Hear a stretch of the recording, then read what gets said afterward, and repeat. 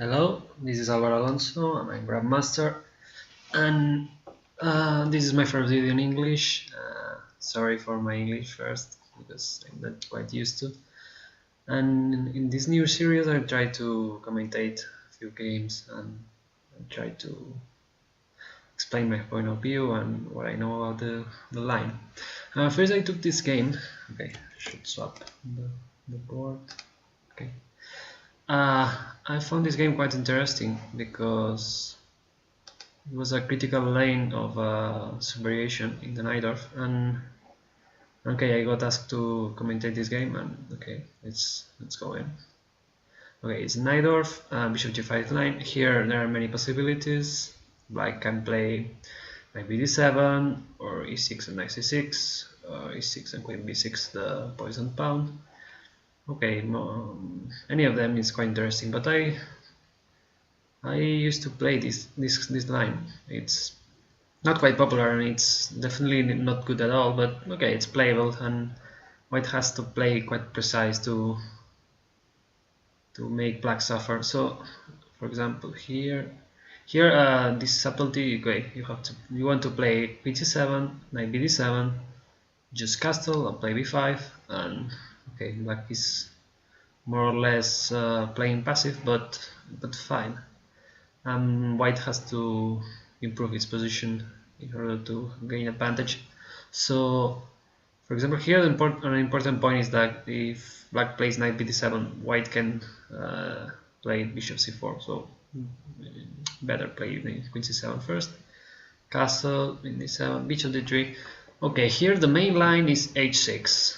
And what's the purpose of h6 is that if white takes, just take with the bishop. Okay, knight is spinning. So bishop h4, and black and some lines wants to play g5, for example, and knight e5, knight fd7. And okay, it's kind of interesting line because black has the control of the black squares on the center, but white can retain a pawn, or even though can just play bishop g3 after leaving on g5. Okay, after g5 take knight e5, queen, I don't know, queen e2, for example, knight fd7, and for example late g5 later on, and maybe try an h4 and try to pressure the column, and f7, that might be a weak spot on the black's position. So well, it's quite interesting, but I think this line is still playable. But I forgot that just the line that white played this game, black has some troubles there. After rook h1, okay, the other one is g4, b5, but now it does not have much chance to play g4, because, for example, you have to play g4 here in order to take on f6 and take on f6 and g5. Okay, it's also a quite popular lane, but I also like to play the subvariation that is taking on f6 with the bishop and taking on d4 and then play b5. Okay, if white plays correctly, like if I recall right, it's bishop g2, h3, rook d1. Okay, white has some pressure, but it's kind of different style to play with white, so that's why it's interesting with black, because it requires white to find out the good moves, and they are not quite obvious. So here bishop d3. Now after castle g4 has not more sense, because white cannot take with a losing at tempo defending this knight. So rook h1 wants to play e5 someday, knight c5 here. Okay, b5, I think I don't know, if I recall right, e5, bishop b7, queen h3. Okay, there's some troubles. I don't remember right now, but okay, c5, I think it's a decent move still. So here, queen h3, white wants to play e5, and okay, when I take here, take with the rook and pass the rook, and has some interesting initiatives. So here, b5, e5, have to take or take here, take first here. And okay, the idea is that I can play knight d5 in this kind of position after e5, because the white bishop is hanging, and I will retake with the knight. Okay, that's fine in most lanes here, but the main issue here is that white can play this strong move, bishop f6. So I forgot, I actually played this position with black once, like many years ago, like 8, 9, I don't know, I don't recall. So and I actually lost in 20 moves, more or less. So yeah, here 95 is not that good because bishop a6, and here there was so many problems with uh, with my king.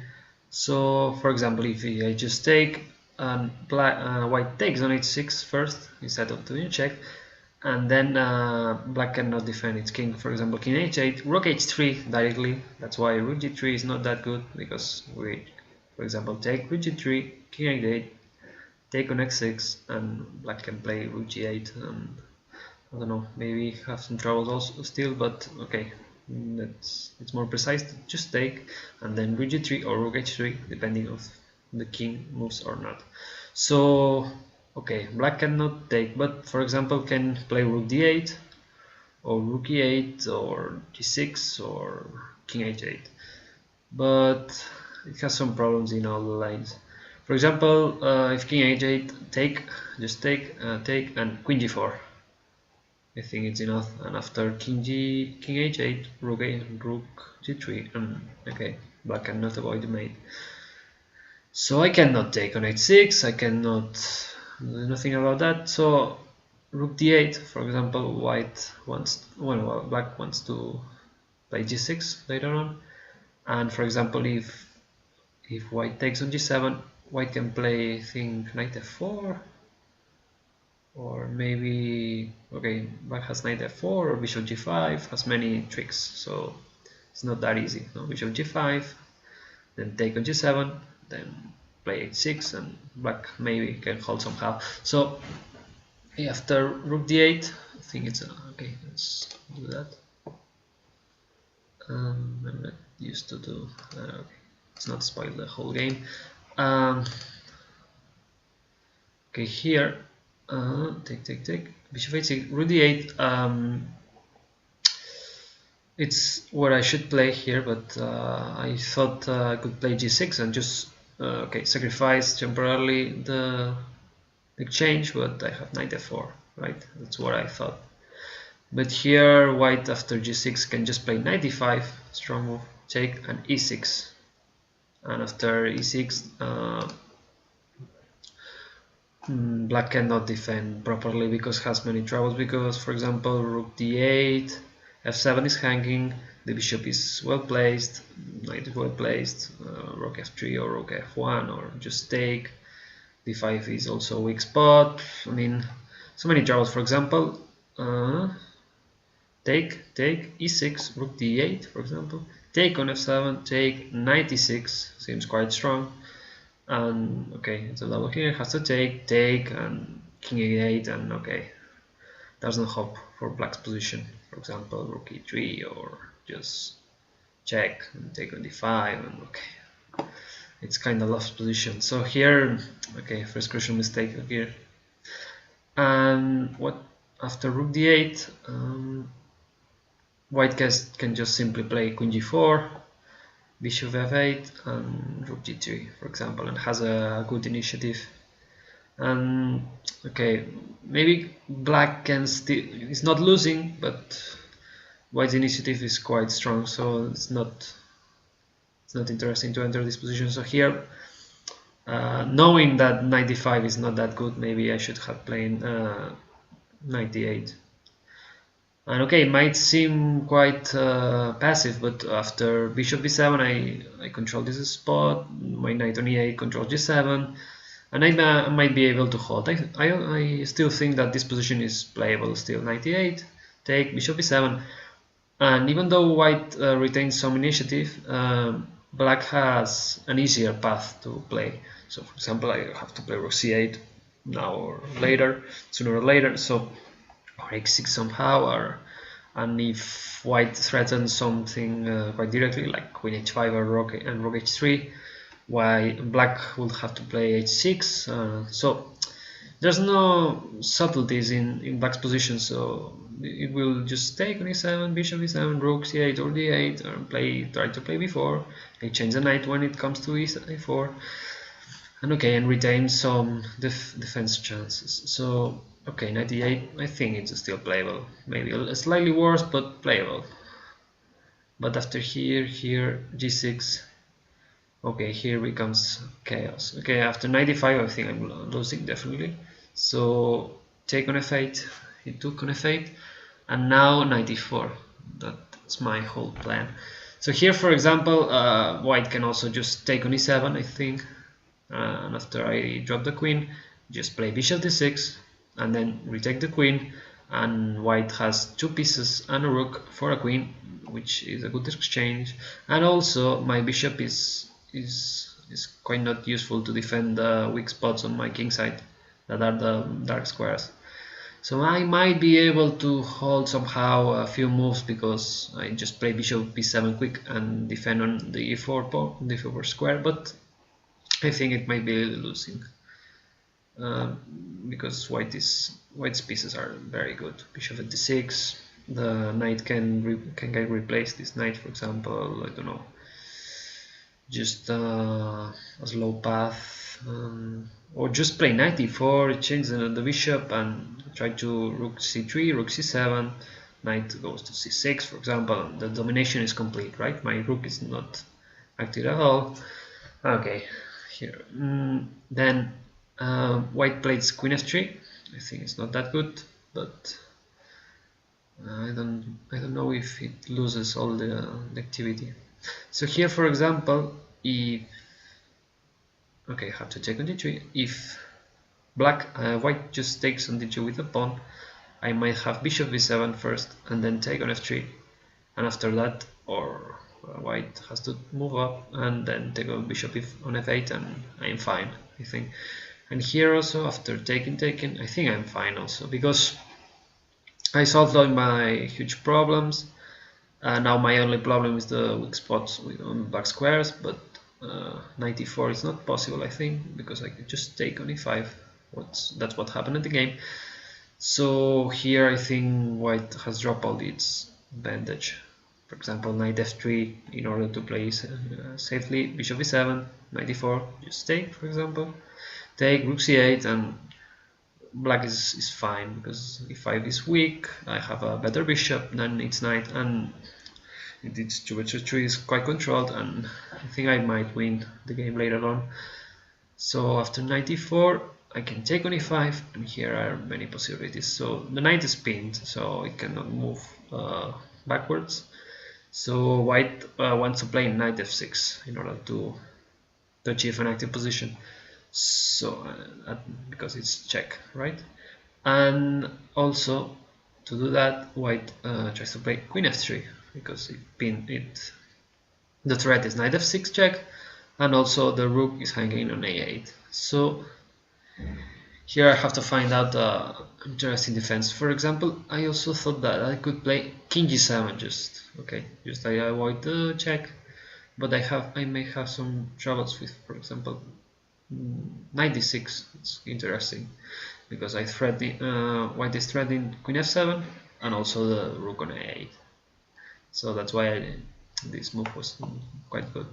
And here bishop h6 check was my idea, but also it was interesting to play bishop g7, knight f6, take with the queen, take here, and then here, for example, I don't know, queen f4 and or queen, maybe queen f4 and queen c7, but okay, I may have two bishops for the exchange and maybe some activity, but I think white is better in general terms because you get playing c3, that blocks the diagonal, and white is fine. So I thought that this plan might be good to play bishop e6 first before playing king g7, so I have my bishop active. And after king g7, rook f1. So here there are not many possibilities. So for example, rook f1, it's the only thing. I'm sorry, I said that white could play knight d6, so it was my fault, because I can just take the rook in a1. Well, this was the whole idea of playing first knight c6, for example, and then this threat of knight d6, or for example defending the rook or whatever, rook d1. You know, I got confused there. So here rook f1 wants to play, I don't know, for example, if I play rook a7, it has the double pawn. If I play queen c7, knight d6 now is strong because threatens knight e8 and f7, the rook on a8, many things. So here I think I have to play f5. No, it defends the pawn and also avoids the double threat of knight d6 and taking on f7 and taking on an 8. And here, I don't know. I think maybe black can play, white can play knight g5. Was interesting. In order to, okay, I have problems with the rook, and if I try to defend the rook, it has to be like playing queen b8 or something, and then I drop e6. So here I might be losing. So still. So after all, maybe I cannot take on e5. I don't know.